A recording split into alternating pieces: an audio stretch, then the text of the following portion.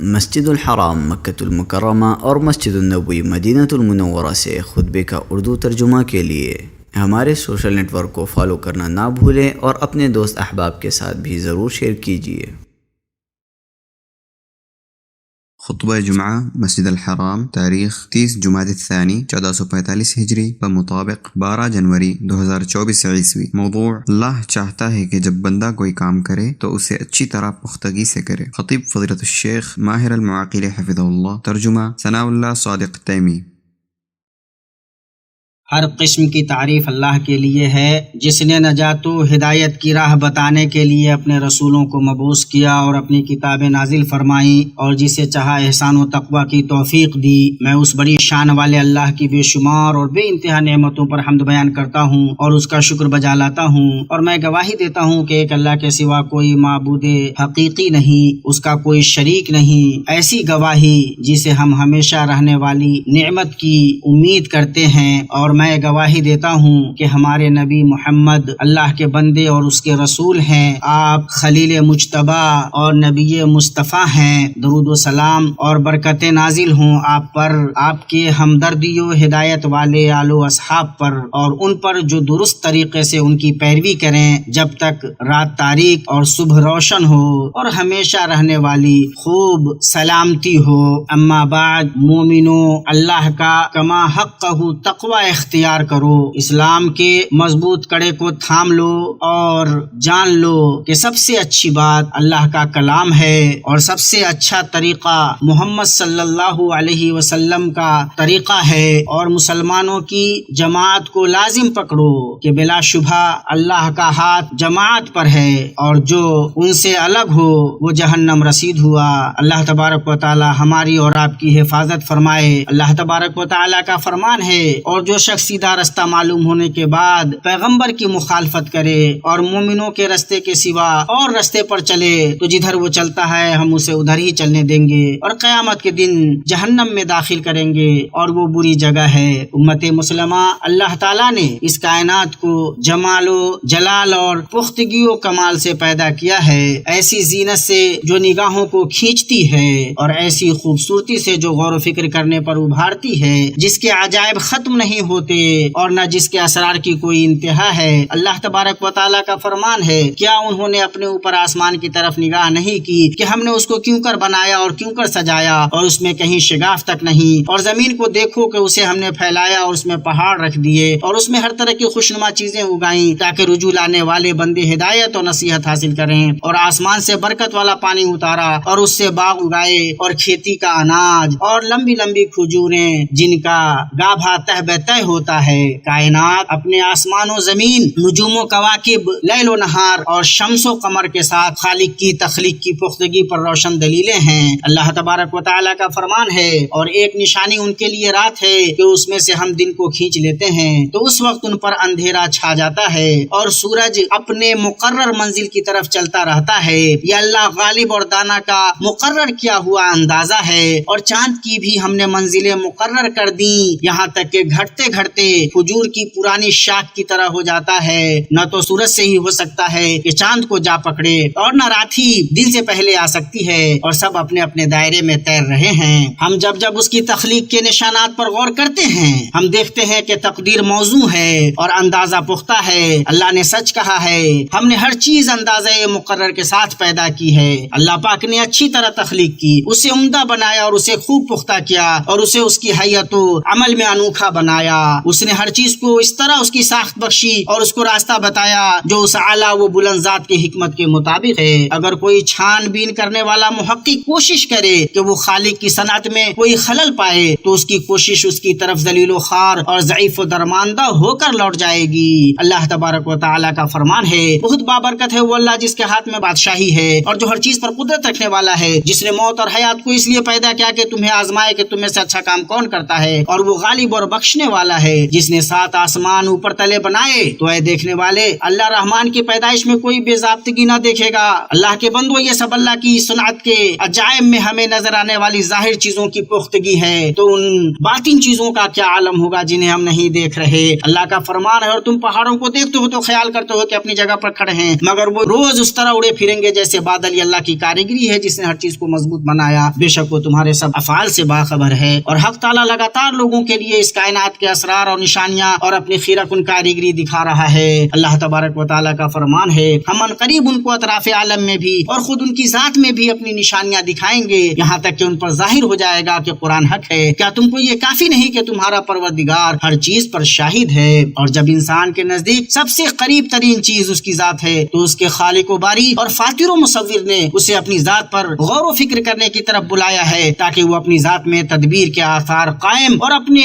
خالق کی تخلیق کی پختگی کے دلائل کو گویا دیکھے، جو مدبر پر گواہ، اس پر دلیل اور اس کی طرف رہنما ہے۔ اللہ تبارک و تعالیٰ کا فرمان ہے، اور خود تمہارے اپنے وجود میں ہے، کیا تم کو سوچتا نہیں؟ تو بعد اس کے کہ انسان اپنی خلقت سے قبل کوئی قابل ذکر چیز نہیں تھا، وہ خلقت و خوبصورتی میں ایک پختہ اور درست مخلوق بن گیا۔ اللہ تبارک و تعالیٰ کا فرمان ہے، اور ہم نے انسان کو مٹی کے خلاصے سے پیدا کیا ہے، پھر اس کو ایک مضبوط اور محفوظ جگہ میں نطفہ بنا کر رکھا، پھر نطفے کا لوتھڑا بنایا، پھر لوتھڑے کی بوٹی بنائی، پھر بوٹی کی ہڈیاں بنائی، پھر ہڈیوں پر گوشت پوست چڑھایا، پھر اس کو نئی صورت میں بنا دیا۔ تو اللہ جو سب سے بہتر بنانے والا ہے، بڑا بابرکت ہے۔ ایمانی بھائیوں، جب اللہ پاک نے اپنی تخلیق کو انتہائی درجے میں پختہ بنایا ہے اور اسے آخری درجے میں مضبوط کیا ہے، تو اس کی شریعت بدرجہ اولا نہایت مضبوط و مستحکم ہوگی۔ قرآن و سنت دونوں کے دونوں محکم و مضبوط ہیں۔ اللہ تبارک و تعالی کا فرمان ہے، یہ وہ کتاب ہے جس کی آیتیں مستحکم ہیں اور اللہ حکیم و خبیر کی طرف سے بتفصیل بیان کر دی گئی ہیں۔ اور اللہ تبارک و تعالی کا فرمان ہے، اور اللہ نے تم پر کتاب اور حکمت نازل فرمائی ہیں، اسی لیے اس نے اپنے بندوں کو پختگی سے کام کرنے کا حکم دیا اور اسے پسند کیا۔ اور کام کو پختگی سے کرنے کا مطلب یہ ہے کہ اسے کامل ترین اور احسن ترین شکل و صورت میں انجام دیا جائے۔ امام ابن قیم رحمہ اللہ کہتے ہیں، رب تعالیٰ اپنے اسماء و صفات کو پسند کرتا ہے، اور وہ صفات کے تقاضوں کو پسند کرتا ہے، اور پسند کرتا ہے کہ ان کے آثار بندوں پر ظاہر ہوں۔ وہ جمیل ہے اور خوبصورتی کو پسند کرتا ہے، معاف کرنے والا ہے اور معاف کرنے والوں کو پسند کرتا ہے، کریم ہے اور صاحبان کرم کو پسند کرتا ہے، علیم ہے اور اہل علم کو پسند کرتا ہے، طاق ہے اور طاق والوں کو پسند کرتا ہے، قوی ہے اور قوی مومن اس کے نزدیک کمزور مومن سے زیادہ محبوب ہے، صبور ہے اور صبر کرنے والوں کو پسند کرتا ہے، شکور ہے اور شکر کرنے والوں کو پسند کرتا ہے۔ اور جب اللہ تعالیٰ اپنے صفات کے آثار سے متصف ہونے والوں کو پسند کرتا ہے، تو وہ ان کے ساتھ ان کے متصف ہونے کے بقدر ہوتا ہے، اور یہ اس کی معیت خاصہ ہے۔ اسی سلسلے میں اللہ تعالیٰ کا فرمان ہے، اور اچھا کام کرو، یقیناً اللہ اچھے کام کرنے والوں سے محبت کرتا ہے۔ آیت میں آئے لفظ احسان کے معنی میں سے پختگی و مضبوطی ہے۔ پتہ چلا کہ چیز کو اچھی طرح کرنا اور اسے محکم و پختہ طریقے سے انجام دینا عظیم شرعی تقاضوں میں سے ہے۔ اور سب سے پہلی چیز جس میں پختگی و استحکام کی بندے کو کوشش کرنی چاہیے، وہ اللہ جل جلالہ کی توحید ہے، اور صرف اسی کی عبادت کرنا ہے۔ توحید ہی کے لیے اللہ تعالیٰ نے آسمانوں اور زمین اور جنت و جہنم کو پیدا کیا، اسی کے لیے اللہ نے رسولوں کو بھیجا اور کتابیں نازل کی، اور یہی دین کی اصل اور بنیاد ہے، اور اس کا سب سے پہلا رکن ہے، اور سب سے پہلی چیز ہے جس کا اللہ نے اپنی کتاب میں حکم دیا ہے، اور یہ ایمان کا سب سے بلند شعبہ ہے، اور میزان میں سب سے بھاری چیز ہے، اور سب سے پہلی چیز ہے جس کے بارے میں بندے سے قبر میں اور حشر و نشر کے دن پوچھا جائے گا۔ اور موحد کے بارے میں سب سے زیادہ امید ہے کہ وہ اپنے رب کی معافی و مغفرت سے شاد کام ہو۔ حدیث قدسی میں ہے، اللہ تبارک و تعالیٰ فرماتا ہے، اور جو مجھ سے پوری زمین کی وسعت بھر گناہوں کے ساتھ ملے گا اور میرے ساتھ کسی چیز کو شریک نہیں ٹھہرائے گا، میں اتنی ہی مغفرت کے ساتھ اس سے ملاقات کروں گا۔ اسے مسلم نے روایت کیا ہے۔ تو جس نے توحید کے تقاضوں کو پورا کیا، اللہ کے نبی صلی اللہ علیہ وسلم کی شفاعت اور اس جنت سے سرفراز ہوا جس کی چوڑائی آسمان اور زمین ہے، اور جس نے توحید میں گڑبڑ کیا، اللہ تعالیٰ کے ساتھ غیر کو شریک کیا، اس کی عبادت کبھی قبول نہیں کی جائے گی۔ اللہ بے نیاز اور عزیز ہے، وہ کوئی ایسا عمل قبول نہیں کرتا جس کا مقصد اس کی رضا جوئی نہ ہو۔ اللہ تبارک و تعالیٰ حدیث قدسی میں ارشاد فرماتا ہے، شریک بنائے جانے والوں میں سب سے زیادہ میں شراکت سے مستغنی ہوں۔ جس شخص نے بھی کوئی عمل کیا اور اس میں میرے ساتھ کسی اور کو شریک کیا، تو میں اسے اس کے شرک کے ساتھ اکیلا چھوڑ دیتا ہوں۔ اسے مسلم نے روایت کیا ہے۔ ایمانی بھائیوں، توحید کے بعد اعمال میں پختہ کاری کا سب سے مستحق عمل وہ ہے جسے اللہ نے اپنے بندوں پر فرض کیا ہے۔ اللہ کے نبی صلی اللہ علیہ وسلم نے وضو کو اچھی طرح کرنے کی ترغیب دی، یہاں تک کہ ٹھنڈی اور جیسی کسی ناپسندیدہ کیفیت میں بھی آپ صلی اللہ علیہ وسلم نے فرمایا، کیا میں تمہاری اس چیز پر رہنمائی نہ کروں جس کے ذریعے اللہ تعالیٰ گناہوں کو مٹاتا ہے اور درجات کو بلند کرتا ہے؟ صحابہ نے کہا، کیوں نہیں اے اللہ کے رسول؟ آپ صلی اللہ علیہ وسلم فرمایا، ناگواریوں کے باوجود اچھی طرح وضو کرنے کرنا، اسے مسلم نے روایت کیا ہے۔ آپ صلی اللہ علیہ وسلم نے اس میں کوتاہی کرنے سے منع فرمایا۔ صحیح مسلم میں عبداللہ ابن عمر رضی اللہ عنہما سے روایت ہے، انہوں نے کہا ہم نبی صلی اللہ علیہ وسلم کے ساتھ مکہ سے مدینہ لوٹے، یہاں تک کہ جب ہم راستے میں پانی کے پاس پہنچے، بعض لوگوں نے عصر کے وقت جلد بازی سے کام لیا، انہوں نے جلدی وضو کیا، ہم ان کے پاس پہنچے تو دیکھا کہ ان کی ایڑیاں چمک رہی ہیں، انہیں پانی نے نہیں چھوا۔ اس پر آپ صلی اللہ علیہ وسلم نے فرمایا ایڑیوں کے لیے جہنم کی ویل و وعید ہے، اچھی طرح وضو کرو۔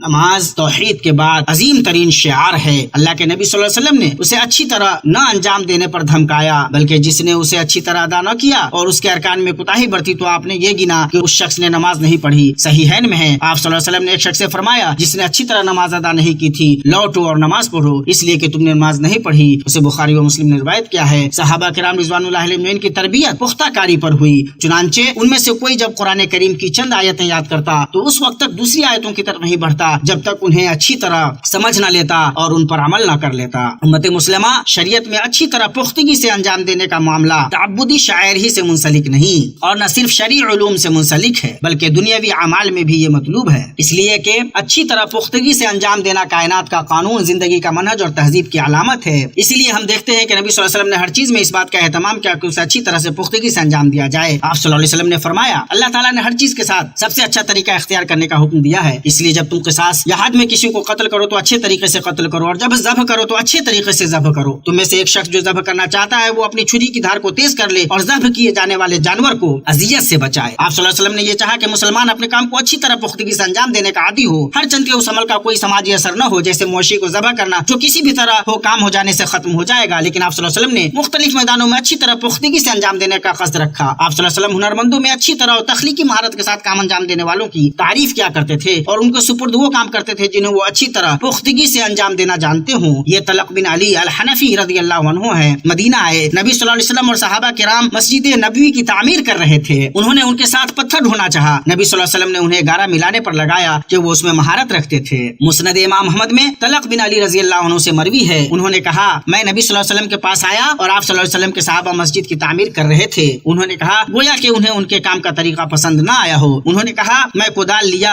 اور اس سے گارا ملانے لگا، گویا نبی صلی اللہ علیہ وسلم کو میرا کدال لینا اور کام پسند آیا، چنانچہ آپ صلی اللہ علیہ وسلم نے فرمایا طلق بن علی حنفی کو گارے کے لیے چھوڑ دو، اس لیے کہ گارے کے لیے وہ تم میں سب سے مضبوط آدمی ہے، بلکہ کام کو اچھی طرح انجام دینے کے معاملے میں اللہ کے نبی صلی اللہ علیہ وسلم اس سے بہت اونچی سطح پر گئے۔ صحیح مسلم میں ہے، آپ صلی اللہ علیہ وسلم نے فرمایا جب تم میں سے کوئی شخص اپنے بھائی کو کفن دے تو اسے اچھا کفن دے، اور بہقی کے شعب ایمان میں ہے آپ صلی اللہ علیہ وسلم ایک جنازے میں شریک ہوئے، صحابہ کرام رضی اللہ عنہم اجمعین نے قبر میں ایک سوراخ چھوڑ دیا تو آپ صلی اللہ علیہ وسلم فرمانے لگے اس کی قبر کو برابر کرو، یہاں تک کہ لوگوں نے گمان کیا کہ یہ سنت ہے۔ آپ صلی اللہ علیہ وسلم ان کی طرف ملتفت ہوئے اور فرمایا جہاں تک اس کی بات ہے تو اس سے میت کو نہ فائدہ پہنچے گا اور نہ نقصان، لیکن اللہ کام کرنے والے سے یہ چاہتا ہے کہ جب وہ کوئی کام کرے تو اچھی طرح مضبوطی سے پختگی سے کرے، اللہ آپ کی حفاظت کرے۔ غور کیجئے کہ کیسے آپ صلی اللہ علیہ وسلم نے اچھی طرح پختگی سے کام کو انجام دینے کا حکم دیا، یہاں تک کہ اس مقام میں بھی جہاں میت کو نہ کوئی نقصان ہونا ہے اور نہ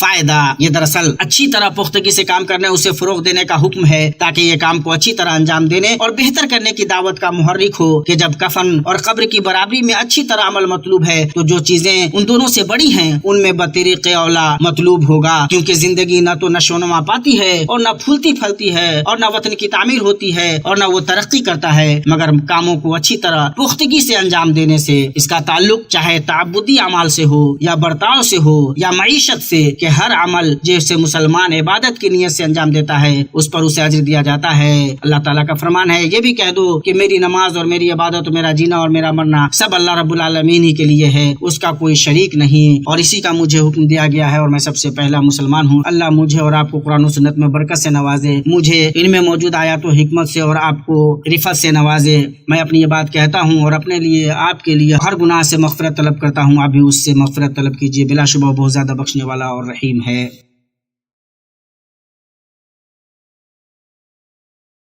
ہر قسم کی تعریف اللہ کے لیے ہے، جس نے پیدا کیا اور صحیح ظالم بنایا، اور جس نے ٹھیک ٹھاک اندازہ کیا اور پھر راہ دکھائی، اور میں گواہی دیتا ہوں کہ ایک اللہ کے سوا کوئی معبود برحق نہیں، اس کا کوئی شریک نہیں، وہ بلند و بالا ہے، اور میں گواہی دیتا ہوں کہ محمد اللہ کے بندہ اور اس کے رسول ہیں۔ اللہ کا درود و سلام اور برکتیں نازل ہوں آپ کے آل و اصحاب پر اور ان پر جنہوں نے ہدایت قبول کی۔ اما بعد، مومنوں، کام کو اچھی طرح پختگی سے انجام دینا ایک ایسا ہدف ہے جس سے مسلمان بلند ہوتا ہے، تاکہ اس کے ذریعہ وہ اپنے رب کی خوشنودی اور اس کے لیے اخلاص میں ترقی کرتا جائے، اس لیے کہ اللہ تعالیٰ عمل میں سے صرف اسی کو قبول کرتا ہے جو صرف اسی کی رضا جوئی کے لیے ہو، اور عمل میں اخلاص اسے اچھی طرح انجام دیے بغیر نہیں ہو سکتا۔ اللہ تبارک و تعالیٰ کا فرمان ہے کہ تمہیں آزمائے کہ تم میں سے اچھے کام کون کرتا ہے، یعنی سب سے خالص اور سب سے درست خالص اخروی ہے، اور درست دنیاوی یعنی کہ یہ کہ اچھی طرح پختگی سے انجام دیا جائے۔ ایمانی بھائیوں، ہماری عملی زندگی میں کام کو اچھی طرح پختگی سے انجام دینا موقع ہوتا ہے کہ آدمی زندگی کے تمام گوشوں میں تفوق و برتری کے لیے کوشش کرے، تاکہ کام کو اچھی طرح پختگی سے انجام دینے کی عادت اس کی شخصیت کی بنیادی شناخت ہو اور اس کے طرز زندگی کا وتیرہ ہو، جو بندے کی نفع بخشی اور معاشرے کے تعامل و کارکردگی کا لازمہ بن جائے۔ بلکہ ہمیں کوشش کرنی چاہیے کہ ہم اپنے بچوں کی تربیت کام کو اچھی طرح پختہ کاری سے انجام دینے کے اقدار پر کریں، تاکہ وہ ثمرآور زندگی جی سکیں اور آخرت میں اللہ کے رضا سے سرفراز ہو سکیں۔ اللہ کے بندو، کام کو اچھی طرح پختہ کاری سے انجام دینے پر فرزندوں کی تربیت ان کے اندر قوت ارادی کو مضبوط کرتی ہے، جس سے ان کا ایسا حوصلہ مند ذہن بنتا ہے جس سے وہ بلند معاملات کو حاصل کرتے ہیں اور گھٹیا کاموں سے دور رہتے ہیں۔ یوں وہ اپنے آپ کو نفع پہنچاتے ہیں اور اپنے وطن کی تعمیر کرتے ہیں۔ اور کام کو اچھی طرح سے مضبوطی سے انجام دینے پر بچوں کی تربیت میں والدین کو جو چیزیں مدد پہنچاتی ہیں، ان میں ان کا شریعت کے احکام کی پابندی ہے۔ مثال کے طور پر نماز ہے کہ بچے کو 7 سال کی عمر میں اس کا حکم دیا جائے گا اور 10 سال کی عمر میں اس پر پٹائی کی جائے گی کہ جب وہ مکلف ہونے کے مرحلے کو پہنچے گا تو نماز کو اچھی طرح قائم کرے گا، اس میں عمدگی سے کام لے گا، اس کو مضبوطی سے ادا کرے گا۔ فرزندوں کی جب نماز پر اس طرح تربیت ہوگی تو وہ کئی مہارتوں میں پختہ ہو جائیں گے، جیسے وقت پر نماز قائم کرنا، اس کے اندر اللہ سے ملاقات کو مستحضر رکھنا، شب و روز میں 5 مرتبہ اعمال و ارکان میں اطمینان و سکون کے ساتھ اسے انجام دینا، اور صفوں کو سیدھی کرنا اور امام کی پیروی کرنا۔ یہ تمام اعمال کام کو اچھی طرح پختگی سے انجام دینے کی عادت اپنانے کا تقاضا کرتے ہیں، یہاں تک کہ اچھی طرح پختگی سے انجام دینے کی یہ خو نماز سے بقیہ سارے اعمال تک منتقل ہو جائے، وہ اعمال دنیاوی ہوں یا اخروی۔ اللہ کے نبی صلی اللہ تعالی علیہ وسلم نے جب فرمایا تو صحیح فرمایا، اگر تم میں سے کسی کے دروازے پہ کوئی نہر جاری ہو جس میں وہ ہر روز 5 مرتبہ نہاتا ہو تو تم کیا کہتے ہو کہ یہ کام اس پر کچھ بھی میل کچیل چھوڑے گا؟ صحابہ کرام رضی اللہ عنہم نے عرض کیا، ایسا کرنے سے کچھ بھی میل کچیل باقی نہیں رہے گا۔ آپ صلی اللہ علیہ وسلم نے فرمایا، 5 نمازوں کی یہی مثال ہے، اللہ تعالیٰ ان کے ذریعے سے گناہوں کو مٹا دیتا ہے۔ اسے بخاری اور مسلم نے روایت کیا ہے۔ یہ باتیں رہیں، اللہ آپ پر رحم کرے اور درود و سلام بھیجیے مخلوقات کے سردار اور اہل اسلام کے قدوہ پر کہ اس کا حکم آپ کو آپ کے رب نے دیا ہے، اس نے کریمانہ بات کہی ہے۔ اللہ تعالیٰ اس کے فرشتے اس نبی پر رحمت بھیجتے ہیں، اے ایمان والو تم بھی ان پر درود بھیجو اور خوب سلام بھی بھیجتے رہا کرو۔ اے اللہ تو درود نازل فرما محمد پر، ان کی بیویوں پر اور ذریت پر، جیسے تو نے درود نازل فرمایا آل ابراہیم پر، اور تو برکت نازل فرما محمد پر، ان کی بیویوں پر اور ذریت پر، جیسے تو نے برکت نازل کیا آل ابراہیم پر۔ بے شک تو بہت تعریف کے لائق اور صاحب عظمت ہے۔ اے اللہ تو خلفائے راشدین ابو بکر، عمر، عثمان اور علی سے اور باقی تمام صحابہ اور تابعین سے اور ان لوگوں سے راضی ہو جا جو تا قیامت ان کا اچھی طرح اتباع کرے، ان کے ساتھ ہم سے بھی اپنے عفو و کرم اور سخاوت سے راضی ہو جا یا ارحم الراحمین۔ اے اللہ اسلام اور مسلمانوں کو غلبہ عطا کر اور اس ملک اور مسلمانوں کے سارے ملکوں کو امن و اطمینان کا گہوارہ بنا۔ اے اللہ ذوالجلال والاکرام یا حی یا قیوم، تو خادم حرمین شریفین کو توفیق یاب کر۔ اے اللہ تو انہیں اور ان کے ولی عہد کو اس کام کی توفیق دے جو تجھے پسند ہو اور تو اس سے راضی ہو، اور انہیں اسلام اور مسلمانوں کی طرف سے بہترین بدلہ عنایت کر۔ اے اللہ ان کوششوں کو بابرکت کر، ان کے مقاصد کو پورا کر اور ان کا تو حامی و ناصر اور مددگار ہو۔ اے اللہ مسلمانوں کے غم زدہ لوگوں کے غم کو دور کر، پریشان حال لوگوں کی پریشانی ختم کر، قرض داروں کے قرض ادا کر دے اور ہمارے اور مسلمانوں کے مریضوں کو شفا دے۔ اے اللہ تیرا پڑوسی معزز ہے، تیری ثنا بڑی ہے، تیرے اسماء مقدس ہیں اور تیرے سوا کوئی معبود برحق نہیں ہے۔ اے اللہ تو فلسطین میں ہمارے بھائیوں کے لیے ہو جا۔ اے اللہ تو ان کے آگے سے اور پیچھے سے، دائیں سے اور بائیں سے اور اوپر سے حفاظت فرما،